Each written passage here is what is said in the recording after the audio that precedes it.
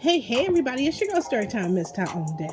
And it's your girl Psychic Anonymous, still anonymous. And together we are your favorite besties. Yeah, why does it sound like anonymous just from the crack? I was about to, to. I don't even know. What does that mean? Oh my okay, God, I held you guys, it we in. be over here full with the shits and giggles and everything else like that, but we do be covering stories that are entertaining, newsworthy, most definitely, and something you guys can feel and kind of weigh in on. So, without further ado, anonymous, what do you have today? Woman who bit her son because he wanted to go to church is sentenced to prison. I just cannot, anonymous. Okay, y'all. Let's run it back. Please look at her picture here. A woman bites her son because he wants to go to church? Mama, what's up with you, Mom? Like, come on, sis. And the thing of let her out. You know what? Stop it. I'm only saying based on her picture, she looks so sad, y'all. She looks very sad. She looks so sad, y'all. Like, I mean it. Yeah, right. I'm sorry about that. Stop it, Story. I'm just saying that's how she looked at her picture.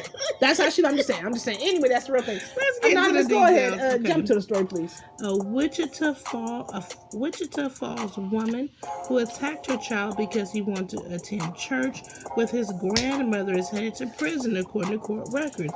Viola Michelle Corneliuson, 35, was sentenced to 5 years in prison Thursday in 30th District Court for injury to a child with intent to cause bodily injury, court documents showed. Wait a minute, they gave her 5 years for what? What exactly? They said for They said intent to cause bodily. They said for with intent to cause bodily injury. Okay, because this is the woman who bit him. Yes. Right. Okay. His mother. So this woman comes in, and why did she bite him again? Because she didn't want him to go to church with his grandmother. Okay. So let's get into it more. Okay. Yeah, because you know what? Because before you guys place judgment, let's just get into a little bit more. Well, let's dance. Let's dance on into the story because third-degree felony is punishable by up to 10 years in prison. 10 years. So they gave her 5 of the 10. Okay? I think, okay. Anyway. And it says Judge Jeff McKnight revoked her probation and sentenced her after she pleaded true to probation violation. So she had already been arrested before and served some time when she was out on probation. And she had been violating her probation. So this just kind of added on to it. Anyways, it says Corneliuson was accused of drinking alcohol, as she told an arresting officer August 11th in Terry County, southeast of Lubbock, according to a prosecutor's motion. She also left Wichita County for Terry County, fell 85 hours behind in community service, and failed to pay various fees, according to the motion. Well, you know what this means, though? Ultimately anonymous. This is a woman, and I don't know her, never met her, never heard her before you brought up this article, but she's made some bad choices.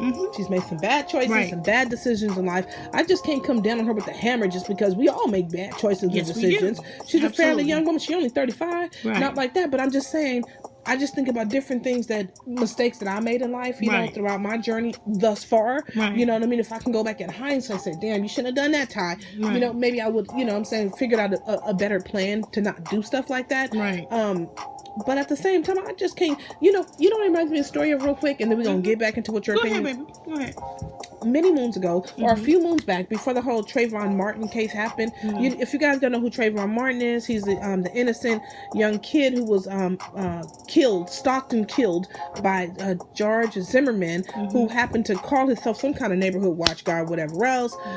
He said that he felt like Trayvon Martin was stalking the neighborhood. He'd never seen him there before. He was just walking through to go home. His parents didn't live too far down. And the police told him to stand down. He continued to follow, stalk, and harass him. Anyways, he murdered him. He murdered him. But the reason why I say that this case puts me in the mind of that is because, oh God, I just lost that thought. But it was something about the fact that, okay. No, excuse me, I'm in the wrong case. Not the Trayvon Martin case, but there was a case where this lady, sorry, you guys, delete everything I just said in your mind about the Trayvon Martin case. I was about to get passionate, but anyways. The kid in the next case, his name was Trayvon. That's what made me think about the Trayvon Martin case. Okay, but rest in peace, Trayvon. Big ups and love to you and your family. Light and love to you guys. We send that energy, right? No, what I was going to talk about is there was a case that was caught on camera where it was a mother, and it was her son, about a 15-year-old boy, son of hers, right? And they was in a parking lot somewhere coming from, I don't know, let's say, for instance, it could have been anywhere, like a major shopping store, like Target or Walmart or something like that, right? Anyways, the mother's caught on camera beating the hell out of her son.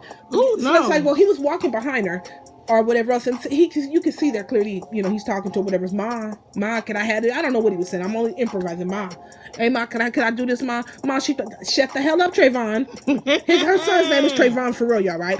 He keep going, ma, can I have it? Ma, can I do this? Blah blah blah. Ma, I need you to do this. Trayvon, leave me alone. She lost it, okay? The mother turns around and her son, he tall and skinny, y'all, okay? But she basically body slams his ass right there in that parking lot. Let him know, I ain't playing with you, Trayvon. Right? This case, I do not advocate for child abuse in any way. I'm just gonna say, as a fellow single parent, the struggle is fucking real. It's real. You know what I'm saying? Right. And sometimes you get to that point where you're like, look, you say one more thing to me, and it's on site. It's Rap City, y'all. Rap City, y'all. In your mind, you be like, okay, I hear what you said and everything, but you say one more thing to me. No, and that's it. I've had it. That could be a real reality. So this particular, I brought this case up to say, this particular case, it went to actually a court. It went to court. I don't know if it was a federal court, could have been, but it went to court, right? And then the judge, he asked the mom, he was like, well, why would you do something like this? The video evidence is damning, right? And she was like, well, Trayvon knows me. Okay? She was like, he knows me. And he knew that I had told him several times about A, B, and C, X, Y, and Z.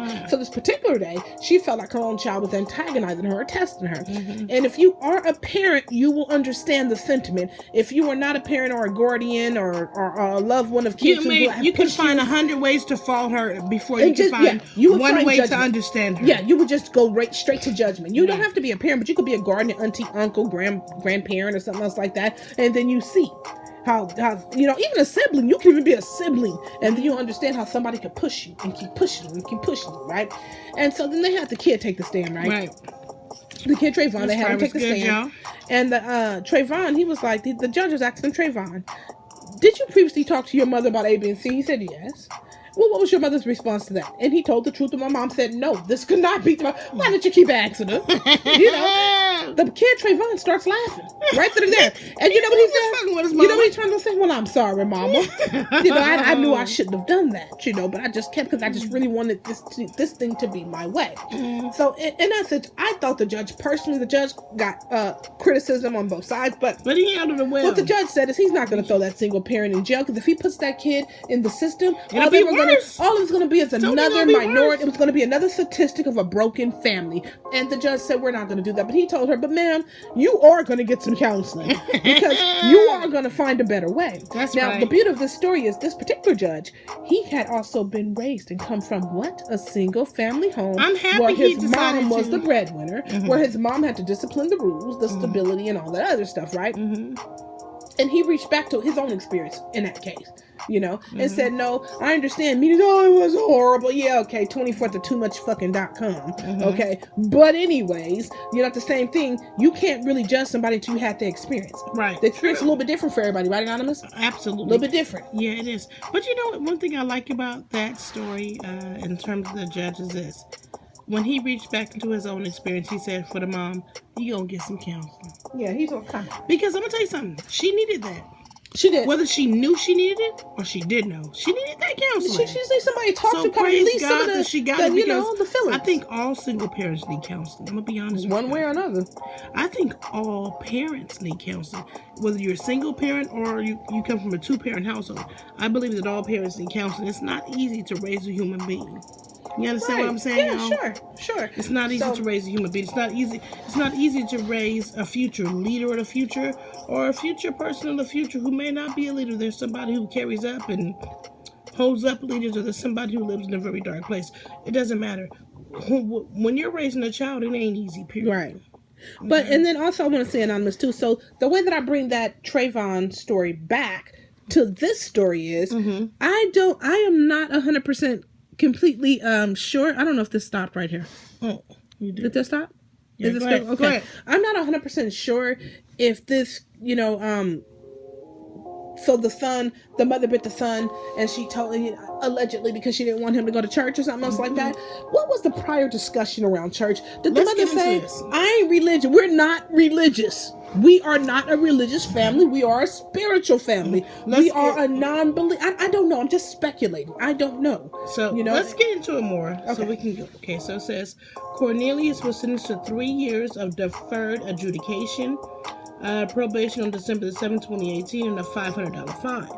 She would have avoided conviction on her record if she had successfully completed probation. An arrest affidavit gave this account of the inquiry to a child.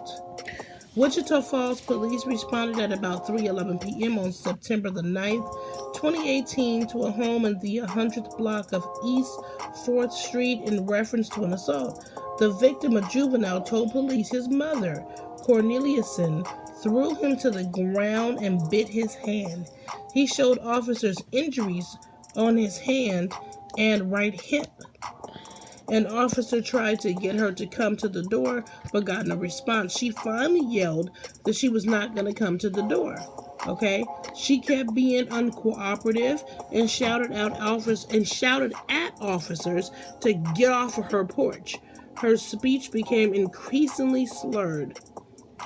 Corneliuson would appear to be passing out, regain consciousness, began talking, and then would pass out again. Officers pried open the screen door and broke the front door to enter the home. They subdued Corneliuson. The boy told them his mother was out drinking the night before and got very drunk. His grandmother came over to take care of the children. The next morning, his grandmother woke up to go to church. He and his two brothers planned to go too. Corneliuson became upset that they wanted to go to church. One of his brothers got out of their grandmother's car and went back inside after she yelled at them to do so. The victim went back to get his brother. On the front porch, Corneliuson grabbed his left forearm, pulled him into the house, and slammed the door. And slammed him down, is what he said. During the struggle, she bit him on the outside of his left hand. Because of Corneliuson's altered mental state, she was transported to the hospital for a medical clearance before being taken to jail. Corneliuson has a previous felony conviction court record show. She pled guilty August 14, 2009, and was sentenced to 1 year and 180 days of probation for driving while intoxicated with a child under the age of 15 on May 28, 2006. The state jail felony is punishable by up to 2 years of confinement. So, the problem here is she has a history. I think if Corneliuson, his mother, if her history was not as severe as it is, not as bad as it is, I don't know that they would be trying to throw, because they said they gave her 5 years, and they said they can give you up to 10 years. Okay, I don't know that she would have got 5 years without a prior record. Because before you go on, I just wanted to keep in mind, and everybody at home, she had a previous record of being drunk driving under the influence with somebody who was 15 or under. Mm-hmm. Before this happened, before she bit her child, she was on probation in order to do community service. She did not comply with all of the requirements of probation, community service, and whatever else. And when she didn't comply with that, so when this incident happened, straw that broke the camel's back. It was kind of like a straw that broke the camel's back situation. On another note, can we also say this, right? So the judicial system, they can put people on court probation with the PO officers, whatever else, right?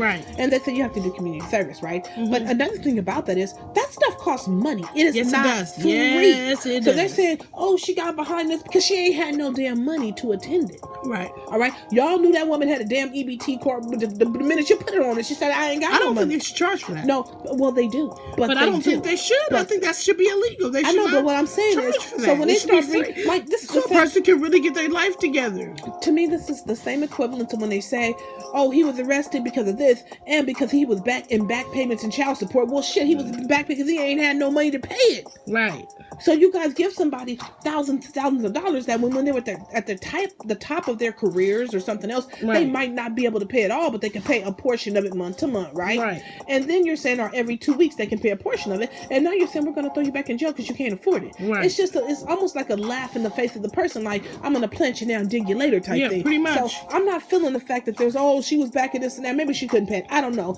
I'm just giving her the benefit of the doubt and playing devil's advocate here. Right. But on another note, do I think that first of all, I don't think she should have bit her son's hand. I do think that, they said she was under the influence, but did the crime warrant the time? Right. 5 years? 5 years. But I'm going to tell you what, the 5 years is not so much for her biting her son's hand. The 5 years are because she was already on probation, and she violated her probation when she did not uphold to her side of the bargain in terms of community service and all those things. So for me, the 5 years was a big sentence, but it had to do with all those other things as well. But I think if we're talking about the 5 years for her biting the hand, I think that was pretty heavy. Yeah, if that was that, unless the child lost a limb or was damaged, you know what I'm saying, something like that. If she bit a finger off or something, maybe I'll. No, she bit a finger off your life, as far as I'm concerned. Well. Anyways, to the YouTube fan bam at home, you guys go ahead and like the comments. Let us know if you guys have ever heard of something as crazy as this story before, and what do you guys think should happen as the penalty? Do you guys think 5 years is too much if she bit her son's hand and tapped him to the floor? Or do you think it's not enough?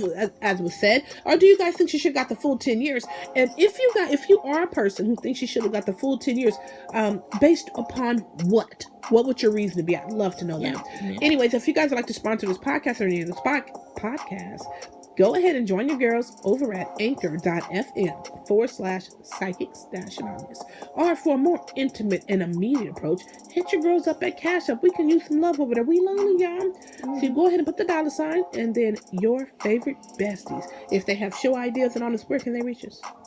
YourFavoriteBesties13@gmail.com. Again, that is YourFavoriteBesties13@gmail.com. All right, y'all, we dipping. All right, so thank you guys so much for tuning in. Till next time, you guys been rocking with Your Favorite Besties. Bye. Bye.